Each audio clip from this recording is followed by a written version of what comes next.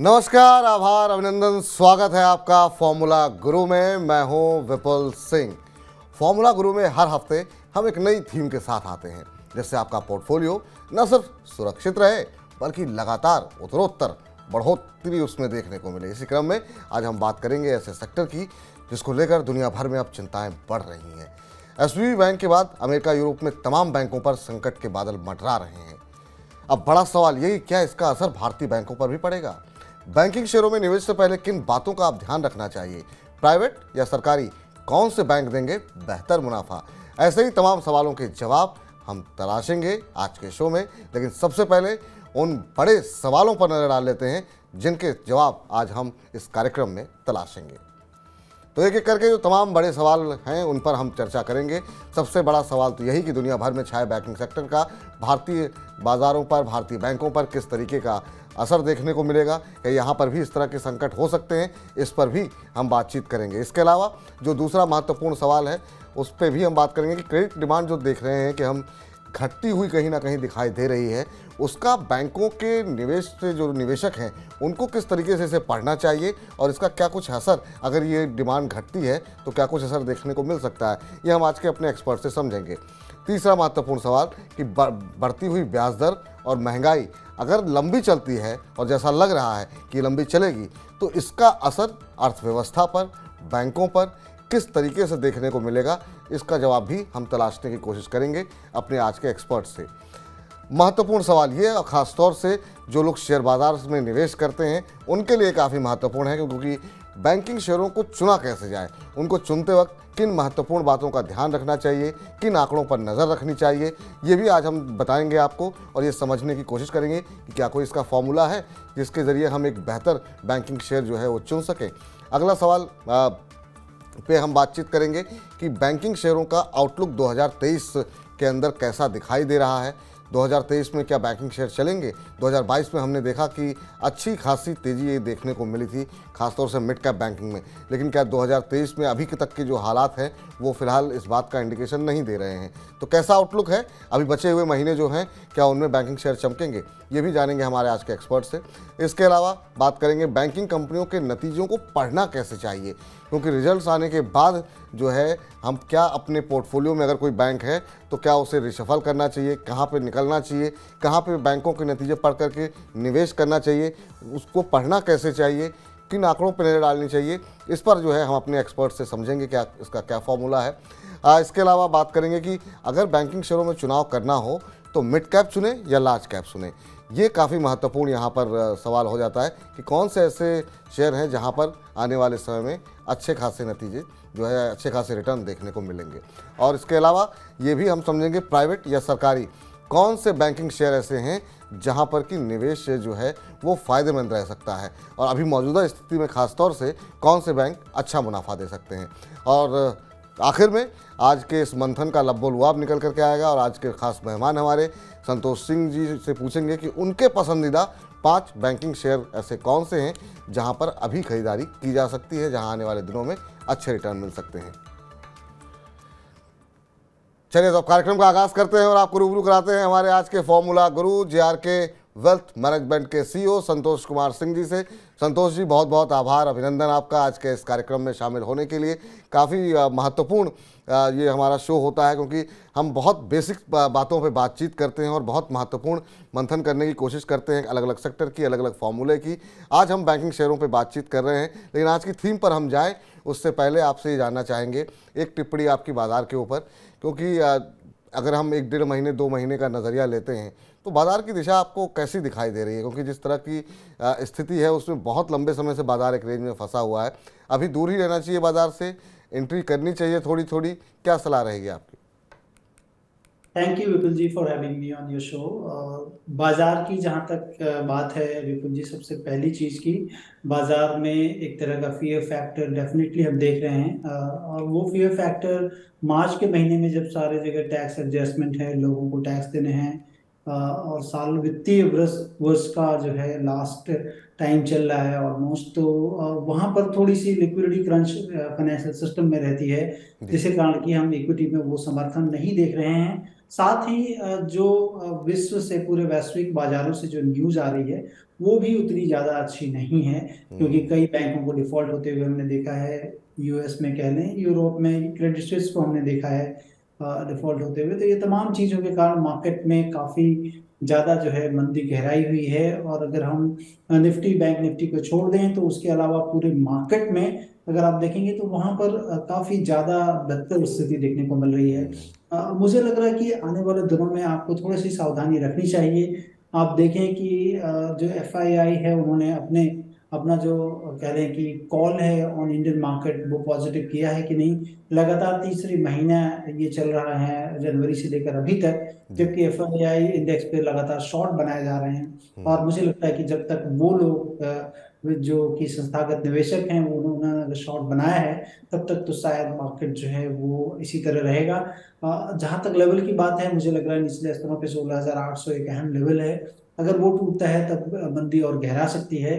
Otherwise अभी तक एक कंसोलिडेशन लोअर लेवल पे देखने को मिल रहा है। अप्रैल का महीना कैसा होगा और उनके एफआईआई के जो हैं कॉल किस तरह से रहते हैं जी। और इंडेक्स पे क्या व्यू रहता है, उसके ऊपर डिपेंड करेंगे मार्केट के आने वाले दिनों में गति। तो फिलहाल ये सलाह है कि सावधान रहने की आवश्यकता है।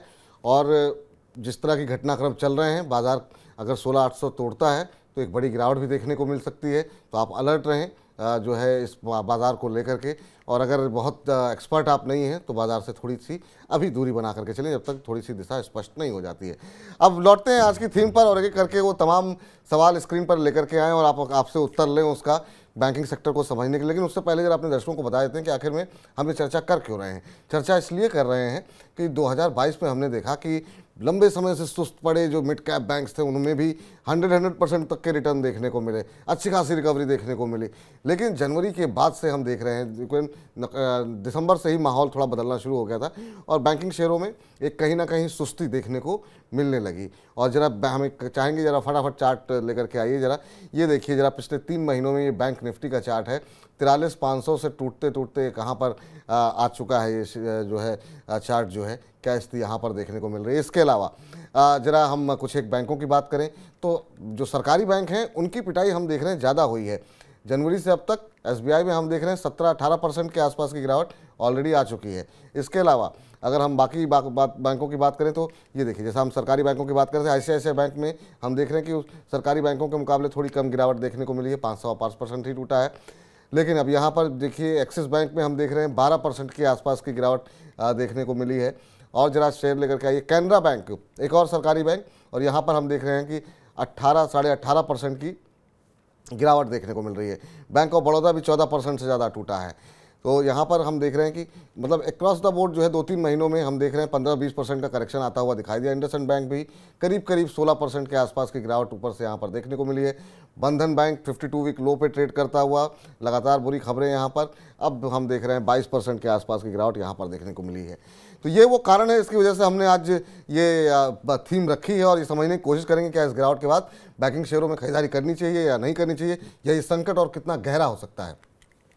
पहला सवाल संतोष जी आपसे कि दुनिया भर में ये जो क्राइसिस है जिसका जिक्र अभी आप कर रहे थे, उसका असर भारतीय बैंकों पर किस तरीके से आने वाले समय में आप देख रहे हैं?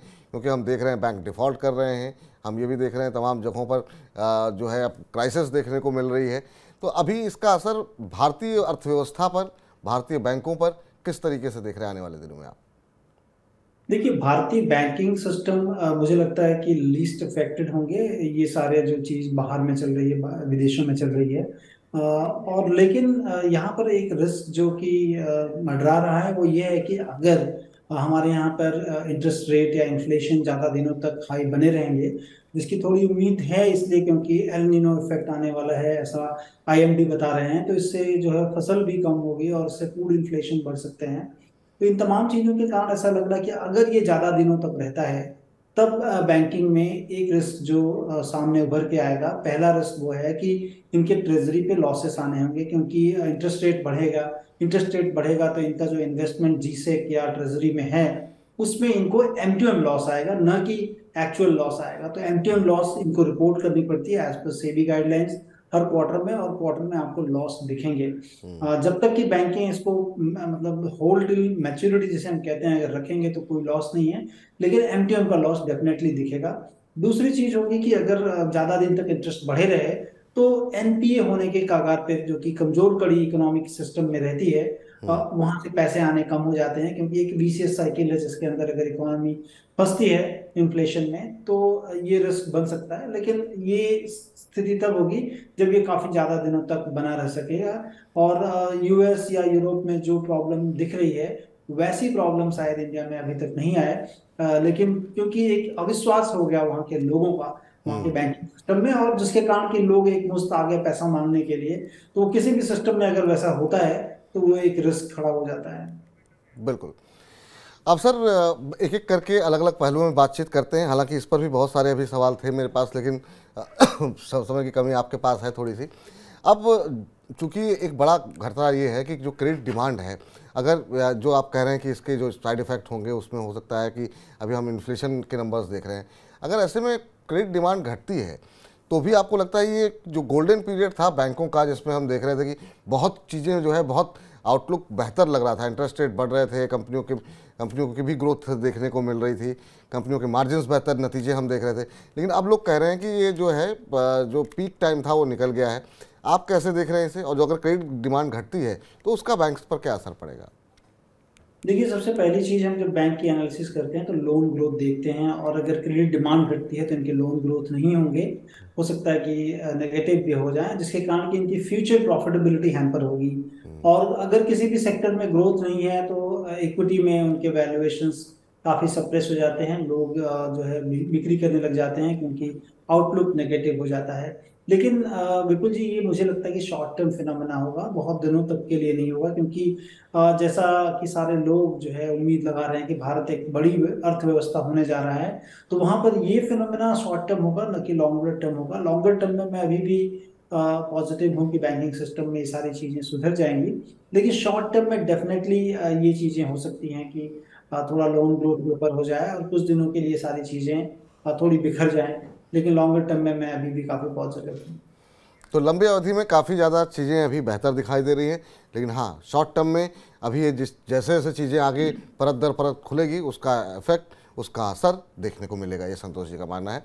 अब सर एक जो बड़ा कंसर्न है, एक तो अंतर्राष्ट्रीय प्रेशर, दूसरा अगर डिमांड घटती है तो क्या होगा, और अभी जो ब्याज दरों का बढ़ने का दौर है जिसको लेकर के अब हम देख रहे हैं कि ये बात उठने लगे कि अब इस पर विराम लगना चाहिए। इन्फ्लेशन के नंबर अभी भी जो बहुत कंफर्टेबल लेवल हैं उनसे उसके इर्द गिर्द ही हैं, उससे ऊपर ही हैं, बहुत कंफर्टेबल सिचुएशन पे नहीं है इन्फ्लेशन के नंबर। अगर ये भी चीज़ें अभी थोड़ा सा और खिंचती हैं तो आपको लगता है कि इसका जो है इम्पैक्ट भी निगेटिव देखने को मिल सकता है आने वाले दिनों में?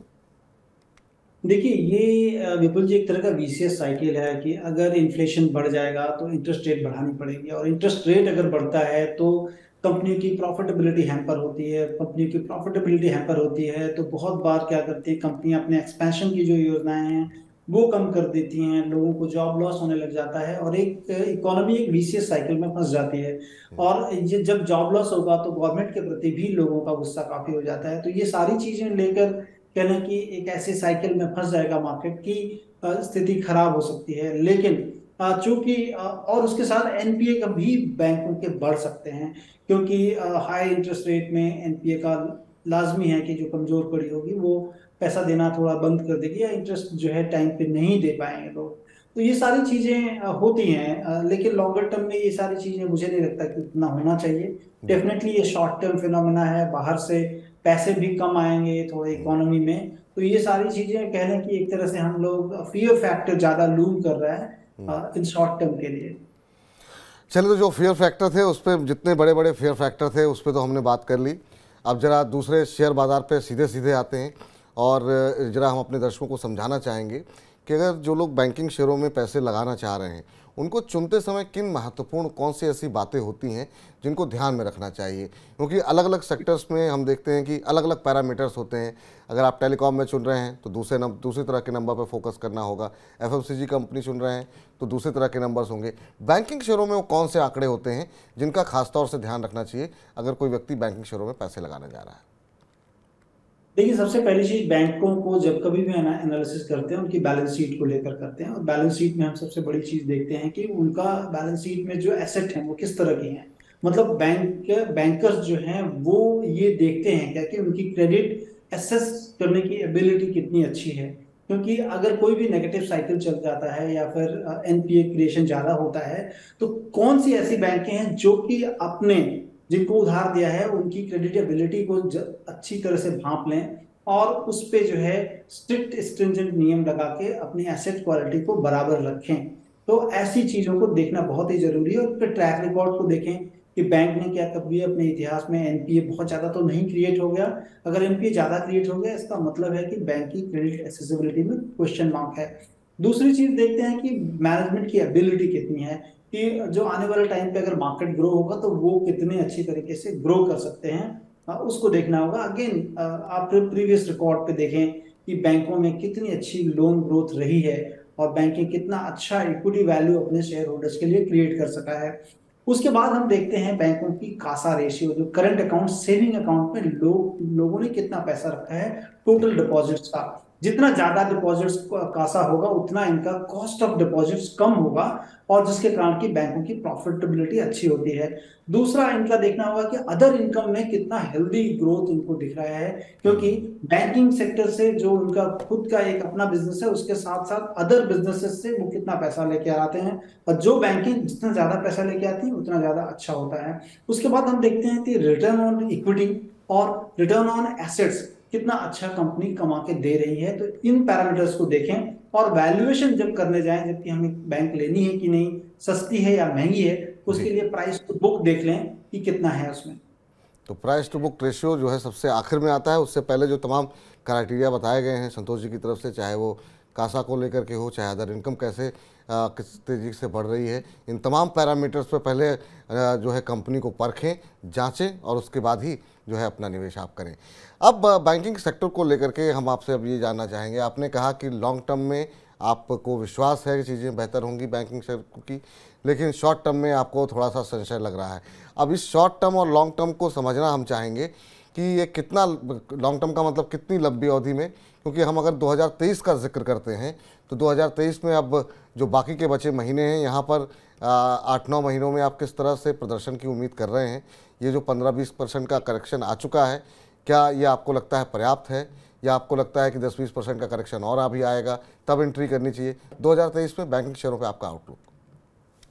देखिए, मेरा आउटलुक 2023 में पॉजिटिव है, और आने वाले लॉन्गर टर्म में अगर आप देखें 2030 तक आईएमएफ कह लें या फिर मॉर्गन स्टैनली की रिपोर्ट को अगर आप पढ़ लें, तो वहाँ कह रहे हैं कि भारत दुनिया की एक तीसरी बड़ी अर्थव्यवस्था होने वाला है। और तीसरी बड़ी अर्थव्यवस्था होने के लिए सबसे बड़ी चीज जो हमें रिक्वायरमेंट होती है वो मनी होती है, और मनी ये बैंकों से मिलता है लोगों को। तो बैंक सिस्टम अच्छे करेंगे, लेकिन शॉर्ट टर्म में मुझे लगता है कि आपको डेफिनेटली अपॉर्चुनिस्ट होना चाहिए, क्योंकि मंदी का माहौल है। तो आपको अगर लॉन्गर टर्म में अच्छी चीज शॉर्ट टर्म में सस्ती मिलती हो तो आपको जरूर लेना चाहिए। हेंसफोर्थ आपको यहाँ से भी आप समझ लो कि 15 से 20% अगर करेक्शन होता है तो वो एक अच्छी अपॉर्चुनिटी होगी बैंकिंग शेयर को एक्यूमुलेट करने के लिए। सर, एक चीज़ आपसे ये समझना चाहेंगे यहाँ पे कि अब आप कह रहे हैं कि भारत एक तेज़ी से बढ़ती हुई अर्थव्यवस्था है और उसको लेकर के निश्चित रूप से आगे आने वाले समय में चीज़ें बेहतर होंगी, लेकिन अभी थोड़ा वेट एंड वॉच की स्ट्रेटजी अपनानी चाहिए? किस तरह की स्ट्रेटजी होनी चाहिए अभी अगर अप्रोच लेना हो किसी को? तो देखिए, वेट एंड वॉच तो नहीं करना चाहिए। मुझे लगता है कि आपको अपने जो है निवेश करने का की जितनी रकम हो वहाँ 10 to 15% डेफिनेटली आपको करंट मार्केट प्राइस पे डिप्लॉय करना चाहिए, और वेट करें थोड़ा और कि और अगर सस्ता मिलता है तो आपके लिए और अच्छी अपॉर्चुनिटी होगी कि आपका जो कॉस्ट ऑफ एक्विजिशन होगा वो नीचे होते जाएगा धीरे धीरे। तो 10 to 15% डेफिनेटली इस लेवल पे आपको निवेश करना चाहिए। चलिए, तो अपने जो भी आप पैसे लगाना चाह रहे हैं बैंकिंग शेयरों के अंदर, उसमें 10 से 20%, 10 से 15% जो है निवेश अभी से करना आप शुरू कर दीजिए। अब सर, एक बात आती है कि आप लोग हमेशा सजेस्ट करते हैं रिसर्च करनी चाहिए। तो अगर रिसर्च करनी हो तो कंपनियों के रिजल्ट्स को पढ़ा कैसे जाए? और ख़ासतौर से बैंकिंग कंपनियों के रिजल्ट्स को पढ़ने में कौन से वो महत्वपूर्ण नंबर हैं जिन पर ख़ासतौर से नज़र रखनी चाहिए, वो नंबर किस तरह के होने चाहिए, क्या कोई इसका कोई फॉर्मूला है जो आप हमारे दर्शकों के साथ डिस्कस करना चाहेंगे कि कहाँ नज़र रखनी चाहिए? देखिए, फॉर्मूला तो नहीं, लेकिन मैं कुछ पॉइंटर्स जरूर आपको बता दूं कि सबसे पहले ही जब हम उनके इनकम स्टेटमेंट आता है तो हम क्या देखते हैं कि नेट इंटरेस्ट इनकम का ग्रोथ कितना होता है, वो जरूर देखना चाहिए, और लोन ग्रोथ देखना चाहिए। दोनों चीजों में मतलब आप कितना कमा रहे हैं और लोन भी कितना, मतलब फ्यूचर इनकम कितना ग्रोथ हो सकती है और जो करंट इनकम कितना ग्रोथ हुई है। उसके बाद हम देखते हैं कि जो मुख्य इनका रहता है, अदर इनकम ग्रोथ जरूर होना चाहिए, क्योंकि अदर इनकम मतलब बैंकिंग की और सुविधाएं जो बैंकों के थ्रू देते हैं, जैसे वो म्यूचुअल फंड बेचते हैं, लाइफ इंश्योरेंस बेचते हैं, तो बहुत सारी क्रेडिट कार्ड बेचते हैं, उस चीज में कितना ग्रोथ हुआ है। उसके बाद हम देखते हैं कि ऑपरेशनल एक्सपेंसेस जो भी इनमें ग्रोथ देखी जा रही है या डी ग्रोथ है, उसके हिसाब से आपको एक्सपेंसेस कितने बढ़ रहे हैं। एक्सपेंसेस ऐसा तो नहीं है कि आपके इनकम से ज्यादा बढ़ रहे हैं, तो वो थोड़ा रुक जाए वहां पर उस कंपनी के लिए। और उसके बाद हम देखते हैं कि प्रोविजंस कितना हुए हैं, मतलब बैंक अगर कामकाज कर रहा है, ऐसा तो नहीं है कि इतना ज्यादा सेल कर दे रहा है कि उससे एनपीए ज्यादा क्रिएट हो रहे हैं, तो प्रोविजंस पे ध्यान रखें कि बैंक एनपीए तो नहीं क्रिएट कर रही है।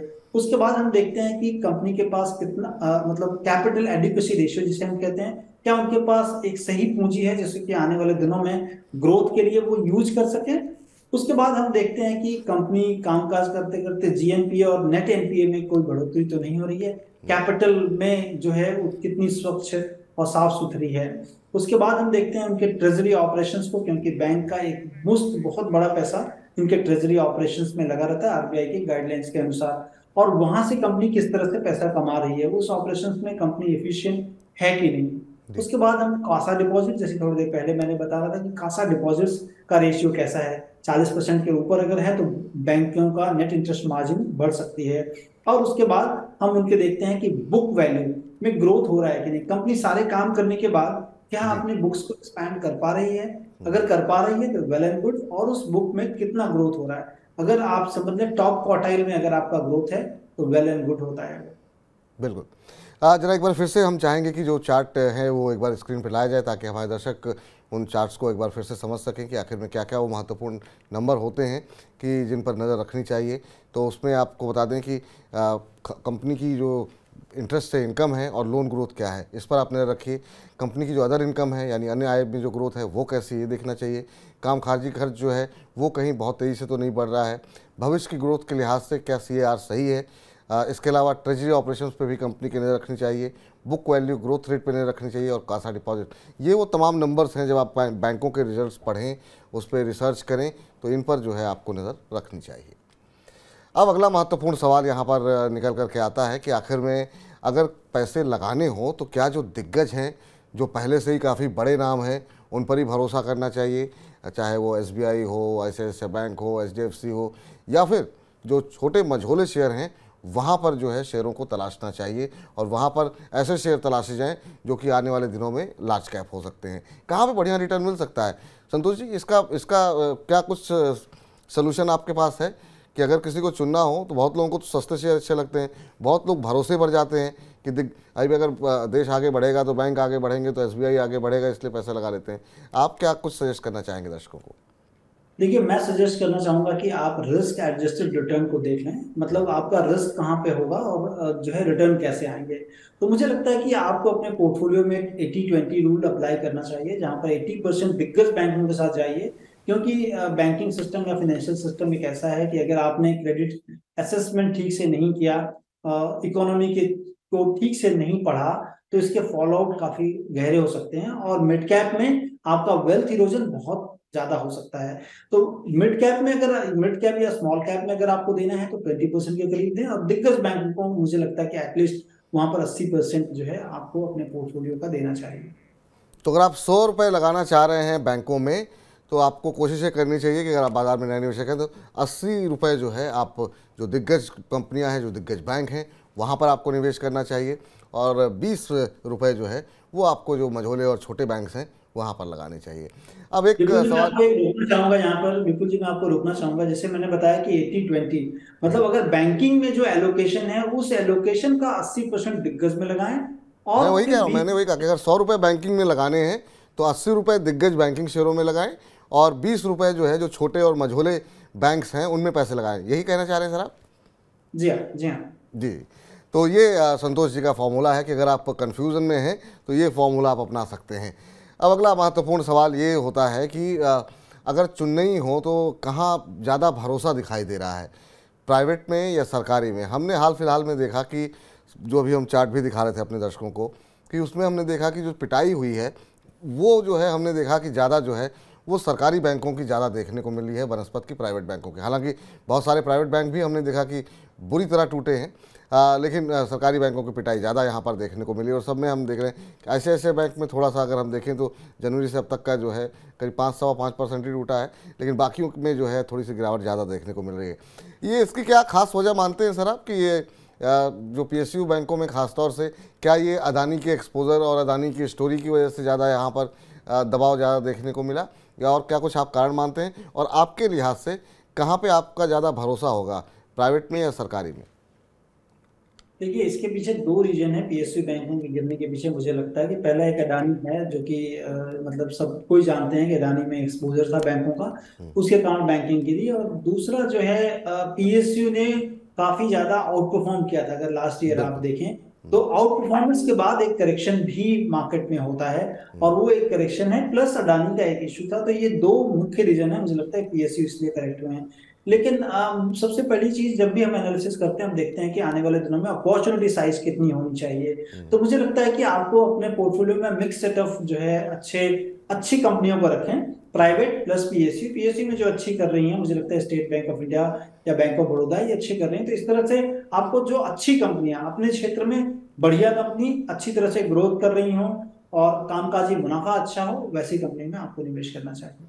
तो एक संतुलन बना करके चलिए, ऐसा नहीं कि प्राइवेट ही अच्छे होते हैं, ऐसा नहीं कि सरकारी अच्छे होते हैं। अपने अपने क्षेत्र में जो दिग्गज कंपनियां, जो अच्छी कंपनियां हों, जिनके फंडामेंटल्स अच्छे दिखाई दे रहे हों, जिनकी जिनकी हिस्ट्री जो है वो क्लीन हो, जिनका मैनेजमेंट अच्छा हो, वहाँ पे आप निवेश कर सकते हैं।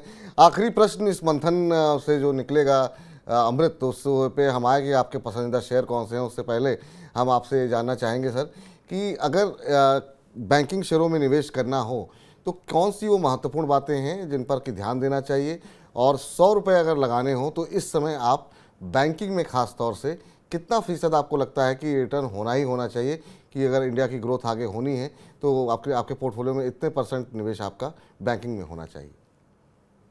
देखिए, सबसे पहली चीज तो मुझे लगता है कि आपके पोर्टफोलियो में बैंक्स, एनबीएफसी, ये दोनों को अगर मैं मिला लेता हूं तो एटलीस्ट मुझे लगता है कि 25 से 30% का टोटल निवेश आपके पोर्टफोलियो में बैंकिंग में होना चाहिए। जी। और मौजूदा स्तर पे, जैसा मैं थोड़ी देर पहले बता रहा था कि 10 से 15%, उस 25-30% में 10 से 15% जो है मौजूदा स्तर पे आपको देने चाहिए। ऐसा मुझे क्यों लगता है, क्योंकि अगर आप देखें जितनी दिग्गज बैंकें हैं इंडिया में, और लास्ट ईयर उन्होंने काफी अच्छी क्रेडिट ग्रोथ जो है पोस्ट की है। तकरीबन जितनी भी दिग्गज बैंक हैं, अगर आप देख लें 18 से 20% के करीब की जी। इसमें लोन ग्रोथ हुआ है। और भारत अगर तीसरी बड़ी अर्थव्यवस्था होने जा रहा है तो ये लोन ग्रोथ मुझे लगता है कि सस्टेनेबल होंगे, at least for a time being, let's say कि 5 to 7 years। अगर ये सस्टेन होते हैं तो इन बैंकों में काफी अच्छी ग्रोथ देखने को मिलेगी।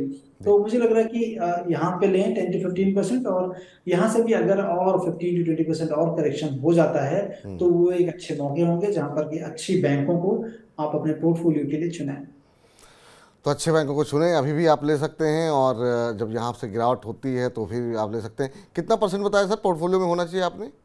एक बार फिर से रिपीट कर देंगे। 25 से 30% 25 से टोटल 30%। जी। 35 से, हाँ, 25 से तो आप 30%। तो 100 में से 30 रुपये जो है आपको जो है बैंकों में लगाने चाहिए आने वाले 5-7 सालों के लिए, अगर आप लॉन्ग टर्म प्ले करते हैं तो।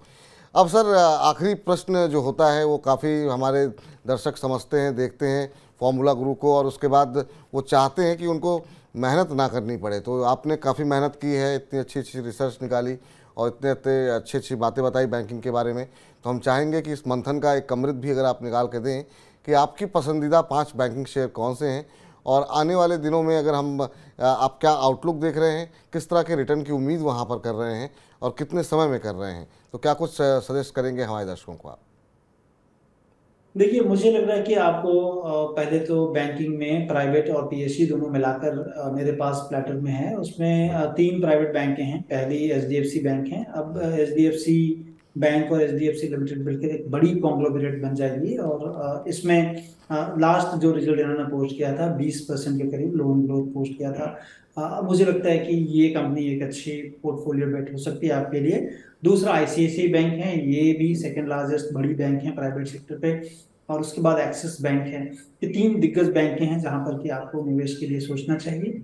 और उसके बाद पीएसयू में, चूंकि जो भारत जो है वो गांव में भी बसता है, और गांव के लोगों को या फिर हमारा जो रूरल इंडिया है अगर उसकी हम ग्रोथ देखते हैं और आने वाले दिनों में, अगर ऐसा तो नहीं है कि केवल सिटीज ही ग्रो करेंगी, रूरल इंडिया भी ग्रो करेगा, तो उसके लिए वो फ्लेवर अगर आपको पोर्टफोलियो में रखने हैं तो मुझे लगता है स्टेट बैंक ऑफ इंडिया होगी चौथी पसंद। और उसके बाद अगर हम देखें तो बैंक ऑफ बड़ौदा एक अच्छा मैनेजमेंट है, प्रूडेंट मैनेजमेंट है, अच्छी लोन ग्रोथ है, कंपनी ने काफी अच्छा जो है इन दिनों रिजल्ट पोस्ट किए हैं। ये 5 बैंक हैं, आपको ध्यान रखनी चाहिए।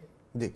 संतोष जी, ये बताइए कि ये इस पे आपका नज़रिया कितने समय का आपने रखा हुआ है ये, क्योंकि हर तरह के दर्शक हमारे पास हैं। बहुत लोग तो 5 साल, 7 साल, 10 साल का नज़रिया लेके चल रहे हैं। कुछ लोग 6-8 महीने, साल भर का नज़रिया लेके चल रहे हैं कि अभी गिरावट हुई है, खरीद ले, 6-8 महीने तक देखते हैं और हो सकता है रिकवरी आ जाए तो फिर प्रॉफिट बुक कर लें। बैंकिंग शेयरों में अप्रोच क्या होनी चाहिए इस समय? क्या बहुत लंबा अवधि का नज़रिया रखना चाहिए, 6-8 महीने, साल भर का नज़रिया रखना चाहिए? क्या आइडियल सिचुएशन क्या होनी चाहिए? देखिए, आइडियल सिचुएशन मुझे लगता है कि पहले आप लंबी अवधि के लिए लें और पोर्टफोलियो में धीरे धीरे इकट्ठा करें। जब जी। आपके पास वो सारी चीजें इकट्ठा हो जाएं, then you become the opportunist. आपको अब समझिए कि आपने कितनी प्रॉफिट लेनी है, क्योंकि ये बैंकें ग्रो कर रही हैं। इनके जैसा मैंने बताया कि 18 से 20% के करीब का ग्रोथ हो रहा है। जी। सिमिलरली इनके बुक वैल्यू में भी ग्रोथ हो रहा है। तो 18 से 20% अगर ग्रोथ हो रहा है तो आपके इक्विटी के वैल्यू में वे डेफिनेटली तकरीबन जो है 15 से 20% का ग्रोथ आने वाले एक साल में होना चाहिए। तो उस तरह से आप देख लें कि अगर इस साल रखते हैं तो आपको 15 से 20% ग्रोथ होगा। नेक्स्ट ईयर भी अगर उनकी लोन ग्रोथ वही रहती है तो वही ग्रोथ आपको मिल सकती है। तो जी। आप अब ये आप डिसाइड करें कि आपको कितने दिनों तक रहना है और कितनी प्रॉफिट लेनी है। तो उम्मीद करते हैं हम अपने दर्शकों से कि उनको आज बैंकों से जुड़े हुए और जो उनको नुकसान हो रहा है उससे जुड़े हुए तमाम उत्तर मिल गए होंगे।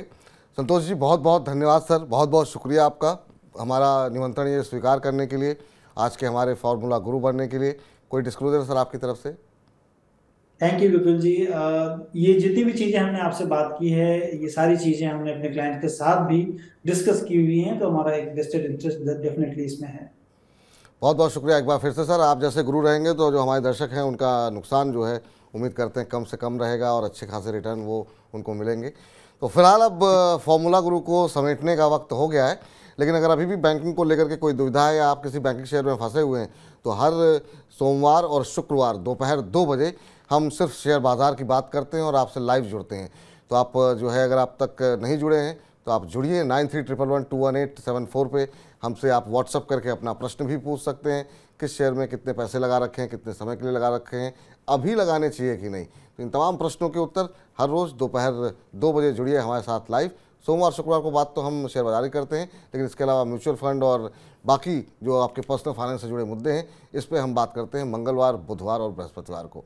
तो फॉर्मूला गुरु देखने के लिए फिलहाल इतना ही, लेकिन फॉर्मूला गुरु में फिलहाल इतना ही, लेकिन आप तमाम अपनी जेब से जुड़ी हुई खबरों के लिए बने रहिए लगातार मनी 9 के साथ।